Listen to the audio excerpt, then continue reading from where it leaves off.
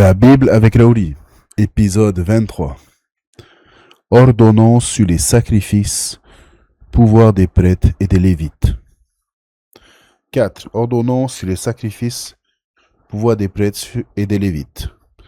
L'oblation conjointe au sacrifice. 15. Yahvé parla à Moïse et dit, parle aux Israélites. Tu leur diras, quand vous serez entrés dans le pays où vous demeurez et que je vous donne, si vous consumez des viandes pour Yahvé en holocauste ou en sacrifice, soit pour accomplir un vœu, soit à titre d'offrande spontanée, soit à l'occasion de vos solennités, faisant ainsi de votre gros ou petit bétail un parfum d'apaisement pour Yahvé. L'offrant apportera pour son offrande personnelle à Yahvé une oblation d'un dixième de fleur de farine pétrie avec un quart de sétier d'huile. Tu feras une libation de vin d'un quart de sétier par agneau en plus de l'holocauste ou du sacrifice. Pour un bélier, tu feras une oblation de 2 dixièmes de fleur de farine pétrie avec un tiers de sétier d'huile et une libation de vin d'un tiers de sétier que tu offrira en parfum d'apaisement pour Yahvé. Si c'est un taureau que tu offres en holocauste ou en sacrifice pour accomplir un vœu ou comme sacrifice de communion pour Yahvé, on offrira en plus de la bête une oblation de 3 dixièmes de fleur de farine pétrie avec un demi-sétier d'huile, et tu offriras une libation de vin d'un demi-sétier comme mais consumé en parfum d'apaisement pour Yahvé. Ainsi fera-t-on pour chaque taureau, chaque bélier ou chaque tête de petit bétail, mouton ou chèvre, selon le nombre des victimes que vous aurez à immoler pour... Vous ferez de même pour chacune d'elles, autant qu'il y en aura. Ainsi fera tout homme de votre peuple, quand il offrira un mets consumé en parfum d'apaisement pour Yahvé. Et si quelques étrangers résident avec vous, ou avec vos descendants, il offrira un mets consumé en parfum d'apaisement pour Yahvé. Comme vous faites, ainsi fera l'assemblée. Il n'y aura qu'une seule loi pour vous et pour l'étranger. C'est une loi perpétuelle pour vos descendants. Devant Yahvé, il en sera de vous comme de l'étranger. Il n'y aura qu'une loi et qu'un droit pour vous et pour l'étranger qui réside chez vous. Les prémices du pain. Yahvé parla à Moïse et dit, parle aux Israélites, tu leur diras, quand vous serez entrés dans le pays où que je vous conduis, vous devrez faire un prélèvement pour Yahvé.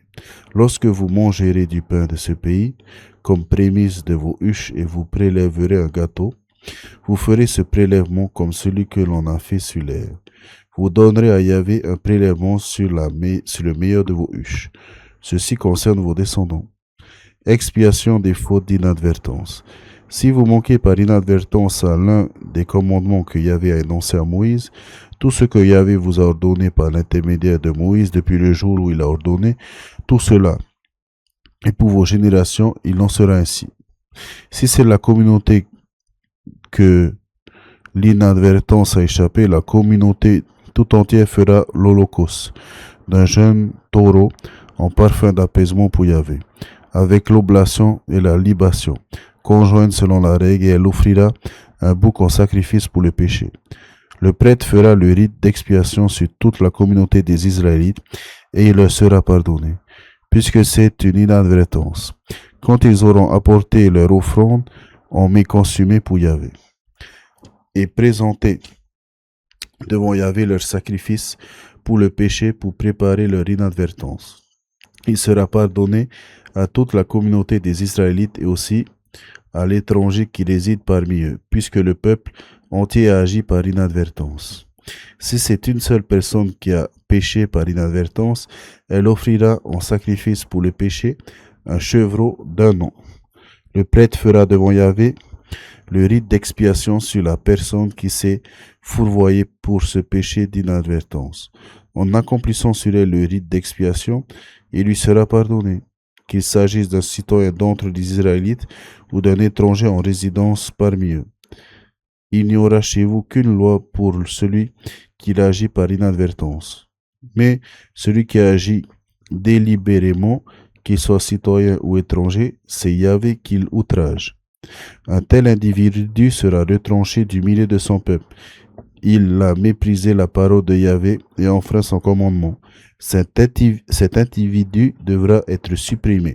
Sa faute est en lui. Violation du sabbat. Alors que les Israélites étaient dans le désert, on surprit un homme qui ramassait du bois le jour du sabbat. Celui qui l'avait surpris à ramasser du bois l'amenèrent à Moïse et à Aaron et toute la communauté. On le mit sous bonne garde, car le traitement qu'il devait subir n'avait pas encore été fixé. Yahvé dit à Moïse, cet homme doit être mis à mort. Que toute la communauté le lapide hors du camp. Toute la communauté le fit sortir du camp et le lapida jusqu'à ce que mort s'ensuive. Comme Yahvé ordonné à Moïse, les franges des vêtements. Yahvé parla à Moïse et dit, parle aux Israélites, tu leur diras pour leur génération de se faire des franges au pan de leurs vêtements et de mettre un fil de pourpre violette à la frange du pan. Vous aurez donc une frange et... Sa vue vous rappela tous les commandements de Yahvé. Vous les mettrez alors en pratique sans plus suivre les désirs de vos cœurs et de vos yeux qui vous ont conduit à vous prostituer. Ainsi vous rappellerez tous mes commandements, vous les mettrez en pratique et vous serez des consacrés pour votre Dieu. C'est moi Yahvé votre Dieu qui vous en ai fait sortir du pays d'Égypte, afin d'être Dieu pour vous, moi Yahvé votre Dieu. Révolte de Corée, Dathan, Abiram, 16. Corée, fils de Ishar, fils de Kéa, fils de Lévi, Dathan, et Abiman, fils d'Eliab, Éon, fils de Béthed. Eliab et Pélet étaient fils de Rébuen, furent orgueilleux. Ils se dressèrent contre Moïse, ainsi que 250 des Israélites, princes de la communauté, considérés dans les solennités, hommes de renom. Ils s'attroupèrent alors contre Moïse et Aaron, en leur disant, vous passez la mesure, c'est toute la communauté, ce sont tous ces membres qui sont consacrés. Et Yahvé est au milieu d'eux. Pourquoi vous élevez-vous au-dessus de la communauté de Yahvé? Moïse, l'ayant entendu, tomba face contre terre. Puis il dit à Corée et à tout son groupe, demain matin, Yahvé fera connaître ce qui est à lui, qui est à l'homme consacré, qui laissera approcher de lui. Celui qui le fera approcher de lui, c'est celui qu'il choisit. Voici ce que vous ferez. Prenez les encensoirs de Corée et tout son groupe. Mettez-y du feu et demain déposez dessus de l'encens devant Yahvé. Celui qui choisira Yahvé, c'est lui, l'homme consacré. Vous passez la mesure, fils de Lévi. Moïse dit à Corée, écoutez donc, fils de Lévi. Est-ce trop peu pour vous que le Dieu d'Israël vous ait distingué de la communauté d'Israël, vous appelant auprès de lui pour faire le service de la demeure de Yahvé, vous plaçant en face de cette communauté quand vous officiez pour elle? Il t'a appelé auprès de lui, toi et vous, et avec toi tous tes frères les Lévites. Et vous voulez en plus être prêtres. C'est donc contre Yahvé que vous vous êtes ligués, toi et ton groupe. Qui est donc Aaron, alors que vous murmuriez contre lui? Moïse envoya appeler Dathan et Abiram, fils d'Eliab. Ils répondirent, nous ne viendrons pas. N'est-ce pas assez de nous avoir fait quitter une terre qui ruisselle le lait et de miel pour nous faire mourir dans ce désert et que tu veuilles encore t'ériger en prince sur nous? Ah, ce n'est pas une terre qui ruisselle de lait et de miel où tu nous as conduits, et tu ne nous as pas donné en héritage champs et vergers. Penses-tu rendre ces gens aveugles? Nous ne viendrons pas. Moïse entra dans une violente colère et dit à Yahvé, ne prends pas garde à leur oblation. Je ne leur ai pas pris pour un âne. Je n'ai fait de tort à aucun d'eux. Le châtiment. Moïse dit à Corée, toi et tout ton groupe, venez demain vous mettre en présence de Yahvé, toi et eux ainsi qu'Aaron, que chacun prenne son encensoir, y mette de l'encens et que chacun apporte son encensoir devant Yahvé. 250 encensoirs, toi et Aaron aussi apportez chacun votre encensoir. Chacun prit son encensoir, y mit du feu et déposa de l'encens par-dessus. Puis ils se tinrent à l'entrée de la tente du rendez-vous, ainsi que Moïse et Aaron. Corée rassembla en face de ces derniers toute la communauté à l'entrée de la tente du rendez-vous. Et la gloire de Yahvé apparut à toute la communauté. Yahvé parla à Moïse et à Aaron. Il dit, séparez-vous de cette communauté, je vais la détruire en un instant. Ils tombèrent la face contre terre et s'écrièrent, ô Dieu, Dieu des esprits qui animent toute chair, vas-tu t'irriter contre toute ta communauté quand un seul péché? Yahvé parla à Moïse et dit, parle à cette communauté et dit, éloignez-vous de la tente de Corée. Moïse se leva et s'en vint auprès de la Dathan et Abiram. Les anciens d'Israël le suivirent. Il parla à la communauté et dit, de grâce, écartez-vous des tentes de ces hommes pervers et ne touchez à rien de ce qui leur appartient, de peur que tous leurs péchés ne vous emportent. Ils s'écartèrent des alentours de la maison de Corée. Dathan et Abiram étaient sortis et se trouvaient à l'entrée de leur tente, avec leurs femmes, leurs fils et leurs jeunes enfants. Moïse dit à ceux-ci, vous saurez que Yahvé qui m'a envoyé pour accomplir toutes ces œuvres, et que je ne les fais pas de mon propre chef. Si ces gens meurent de mort naturelle, atteints par la sentence commune à tous les hommes, c'est que Yahvé ne m'a pas envoyé. Mais si Yahvé fait quelque chose d'inouï sur la terre, ouvrez la bouche et les engloutit, eux, et tout ce qui appartient, et qu'ils descendent dans vivant au Sheol, vous saurez que ces gens ont rejeté Yahvé. Comme il a achevé de prononcer toutes ces paroles, le sol se fondit sous leurs pieds. La terre ouvrit la bouche et les engloutit, eux et leurs familles, ainsi que tous les hommes de Corée et tous ses biens. Ils descendirent vivants au Sheol, eux, et tout ce qui leur appartenait, la terre les recouvrit, et ils disparurent du milieu de l'assemblée. À leur cri, tous les Israélites qui se trouvaient autour d'eux s'enfuirent, car ils disaient que la terre ne nous engloutisse pas. Un feu jaillit de Yahvé qui consuma les 250 hommes porteurs d'encens. Les encensoirs. 17. Yahvé parla à Moïse et dit, dites à Éléazar, fils d'Aaron le prêtre, qu'ils enlèvent les encensoirs du milieu des braises et dispersent au loin ce feu. Car ces encensoirs de péché sont sanctifiés au prix de la vie de ces hommes. Puisque on les a apportés devant Yahvé et qu'ils sont consacrés, qu'on en batte le métal en plaques pour recouvrir l'autel. Ils serviront de signe aux Israélites. Éléazar, le prêtre, prit les encensoirs de bronze qu'avaient apportés les hommes que le feu avait détruits. On les bâtit en plaques pour recouvrir l'autel, et rappelle aux Israélites qu'aucun profane étranger à la descendance d'Aaron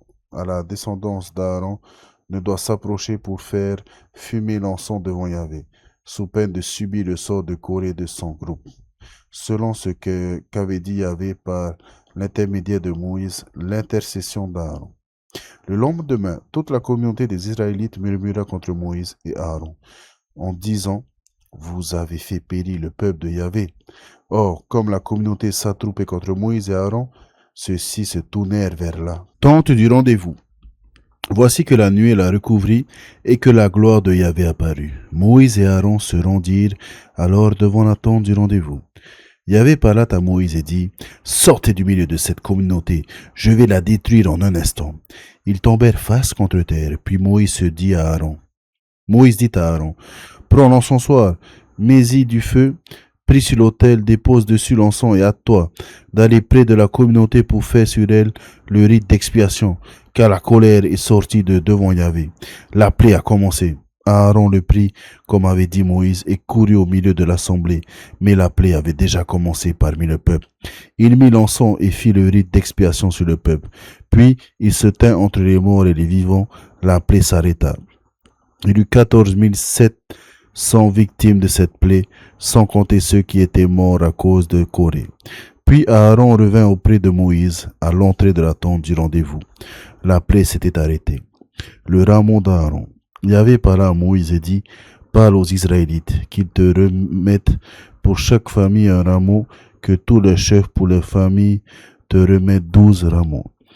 Tu écriras le nom de chacun sur son rameau, et sur le rameau de Lévi, tu écriras le nom d'Aaron, car il y aura un rameau pour le chef des familles de Lévi. Tu les déposeras ensuite dans la tente du rendez-vous. Devant le témoignage où je vous donne rendez-vous, l'homme dont le rameau bourgeonnera sera celui que je choisis. Ainsi je ne laisserai pas monter jusqu'à moi les murmures que les Israélites profèrent contre vous. Moïse parla aux Israélites, et tous leurs princes lui remirent chacun un rameau, 12 rameaux pour l'ensemble de leur famille patriarcale. Parmi eux était le rameau d'Aaron. Moïse les déposa devant Yahvé dans la tente du témoignage.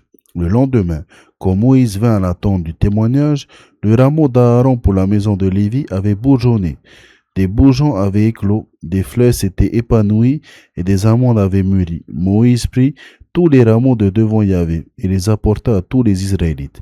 Ils constatèrent et chacun reprit son rameau.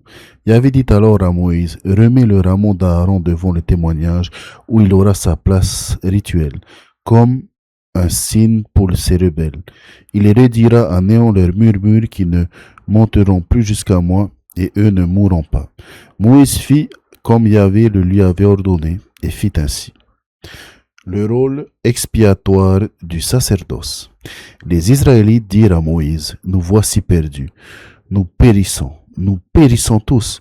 Quiconque s'approche de la demeure de Yahvé pour une offrande meurt. Allons-nous à notre perte jusqu'au dernier? 18. Alors Yahvé dit à Aaron, toi et tes fils et la maison de ton père, avec toi vous porterez le poids des fautes commises envers le sanctuaire. Toi et tes fils, avec toi vous porterez le poids des fautes de votre sacerdoce. Fais aussi avec toi approcher tes frères du rameau de Lévi, la tribu de ton père, qu'ils te soient adjoints et qu'ils te servent, toi et tes fils, devant la tente du témoignage. Ils assureront ton service et celui de toute la tente à condition qu'ils ne s'approchent pas des objets sacrés ni de l'autel. Ils ne mourront pas plus que vous. Ils te seront adjoints, ils assumeront la charge de la tente du rendez-vous pour tout le service de la tente et aucun profane n'approchera de vous. Vous assumerez la charge du sanctuaire et la charge de l'autel et la colère ne sévira plus contre les Israélites. C'est moi qui ai pris vos frères, les Lévites, d'entre les Israélites pour vous faire don, à titre de don, de donner. Ils appartiennent à Yahvé pour faire le service de la tente du rendez-vous. Toi et tes fils, vous assumerez les fonctions sacerdotales pour tout ce qui concerne l'autel et pour tout ce qui est derrière le rideau. Vous accomplirez le service cultuel dont j'accorde l'office à votre sacerdoce. Mais le profane qui s'approchera mourra. La part des prêtres. Yahvé dit à Aaron, moi, je t'ai donné la charge de ce qu'on prélève pour moi. Tout ce que consacrent les Israélites, je te le donne comme la part qui s'est assignée, ainsi qu'à tes fils en vertu d'un décret perpétuel. Voici qui te reviendra sur les choses très saintes, sur les mets offerts à tous les offrandes que me restituent les Israélites à titre d'oblation de sacrifice pour le péché, de sacrifice de réparation. Ces choses très saintes qui te reviendra ainsi qu'à tes fils. Vous nourrirez des choses très saintes. Tout mal on mangera, tout mal on pourra manger. Tu les tiendras pour sacrés. Ceci encore te reviendra, ce qui est prélevé sur les offrandes des Israélites, surtout ce qui est tendu en geste de présentation.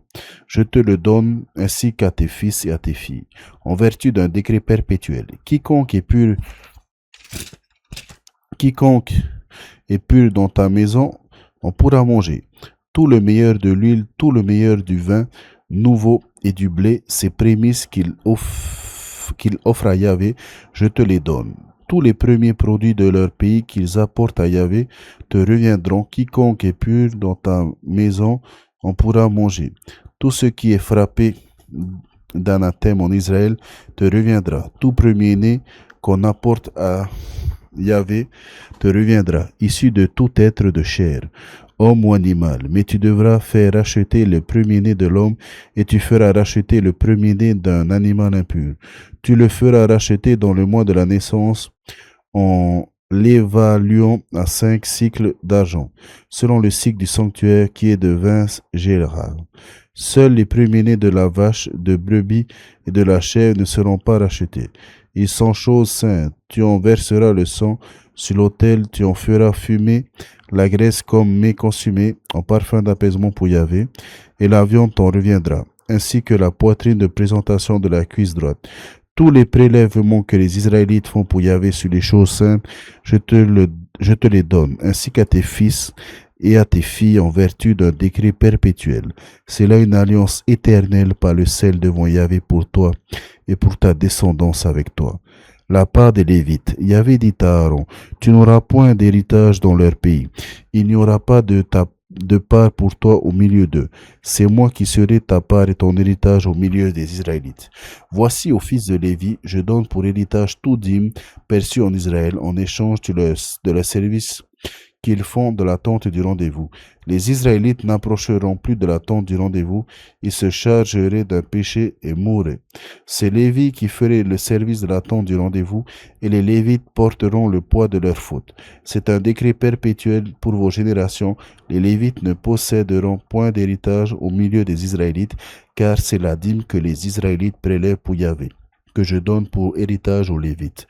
Voilà pourquoi je leur ai dit qu'ils ne posséderaient point d'héritage au milieu des Israélites. Les dîmes. Yahvé parla à Moïse et dit, tu parleras aux Lévites et tu leur diras, quand vous percevrez sur les Israélites la dîme que je vous donne en héritage de leur part, vous en retiendrez le prélèvement de Yahvé, la dîme de la dîme. Elle tiendra lieu du prélèvement à prendre sur vous, au même titre que le blé pris sur l'air et le vin nouveau pris sur la cuve. Ainsi, vous aussi, vous retiendrez le prélèvement de Yahvé sur tous les dîmes que vous percevrez sur les Israélites. Vous donnerez ce que vous aurez prélevé pour Yahvé au prêtre Aaron. Sur tous les dons que vous recevrez, vous retiendrez le prélèvement de Yahvé. C'est sur le meilleur de toutes choses que vous retiendrez la part sacrée. Tu leur diras, lorsque vous en aurez prélevé le meilleur, tous les dons tiendront lieu aux Lévites du produit de l'air et du produit de la cuve. Vous pourrez les consommer en tout lieu. Vous et vos gens, c'est votre salaire pour votre service dans la tente du rendez-vous. Vous ne serez pour cela chargé d'aucun péché du moment que vous en aurez prélevé le meilleur. Vous ne profanerez pas les choses consacrées par les Israélites et vous ne mourrez pas. Les cendres de la vache rousse. 19. Yahvé parla à Moïse et à Aaron. Il dit, voici un décret de la loi de Yahvé à prescrite. Parle aux Israélites. Qu'il t'amène une vache rousse sans défaut, ni tare, et qui n'ait pas porté le joug. Vous la donnerez à Éléazar, le prêtre. On l'amènera hors du camp et on l'immolera devant lui. Puis Éléazar, le prêtre, prendra sur son doigt un peu du sang de la victime et de ce sang il fera 7 aspersions dans la direction de l'entrée de la tente du rendez-vous. On brûlera alors la vache sous ses yeux, on brûlera la peau, la chair, le sang ainsi que la fiente. Le prêtre prendra ensuite du bois de cèdre, de lypso et du rouge de cochenille et les jettera dans le feu où se consumera la vache. Puis il nettoiera ses vêtements, il se lavera le corps avec de l'eau, après quoi il rentrera au camp, mais il sera impur jusqu'au soir. Celui qui aura brûlé la vache nettoiera ses vêtements, se lavera le corps avec de l'eau et sera impur jusqu'au soir. C'est un homme en état de pureté qui recueillera les sangs de la vache et les déposera hors du camp en un lieu pur. Elles resteront à l'usage rituel de la communauté des Israélites pour faire l'eau lustrale. C'est un sacrifice pour le péché. Celui qui aura recueilli les sangs de la vache nettoiera ses vêtements et sera impur jusqu'au soir, pour les Israélites comme pour l'étranger qui réside parmi eux. Ce sera un décret perpétuel. Cas d'impureté. Celui qui touchera un cadavre, quel que soit le mort, sera impur 7 jours. Il se purifiera avec ses eaux le 3e et le 7e jour. Il sera pur, mais il ne purifiera pas le 3e et le 7e jour. Il ne sera pas pur. Quiconque a touché un mort, le corps d'un mort qui meurt, ne sera pas purifié. Souille la demeure de Yahvé. Cet homme sera retranché d'Israël, car les eaux lustrales n'ont pas coulé sur lui. Il est impur, sans impureté est en lui. Voici la loi pour le cas d'un homme qui meurt dans une tente. Quiconque entre dans la tente et quiconque s'y trouve sera impur 7 jours. Et également impur tout récipient ouvert qui n'a pas été fermé par un couvercle ou par un lien. Quiconque touche dans la campagne un homme assassiné, un mort des ossements humains ou un tombeau sera impur 7 jours. Le rituel des eaux lustrales. On prendra pour cet homme impur de la cendre de victime consumée en sacrifice pour le péché. On versera de l'eau vive par-dessus dans un vase, puis un homme en état de pureté prendra de l'hypso qu'il plongera dans l'eau. Il fera alors l'aspersion de la tente sur tous les vases et sur toutes les personnes qui s'y trouvent, et de même sur celui qui a touché des ossements, un homme assassiné, un mort ou un tombeau. L'homme pur fera l'aspersion sur l'impur le 3e et le 7e jour. Et le 7e jour, il aura délivré de son péché l'homme impur, nettoiera alors ses vêtements. Il se lavera avec de l'eau et le soir il sera pur. Mais un homme impur qui omettra de se purifier ainsi sera retranché de la communauté, car il souillera le sanctuaire de Yahvé. Les eaux lustrales n'ont pas coulé sur lui, c'est un impur. Ce sera pour eux un décret perpétuel. Celui qui fait l'aspersion d'eau lustrale nettoiera ses vêtements, et celui qui a touché à ses eaux sera impur jusqu'au soir. Tout ce que l'impur a touché sera impur, et la personne qui l'a touché sera impure jusqu'au soir.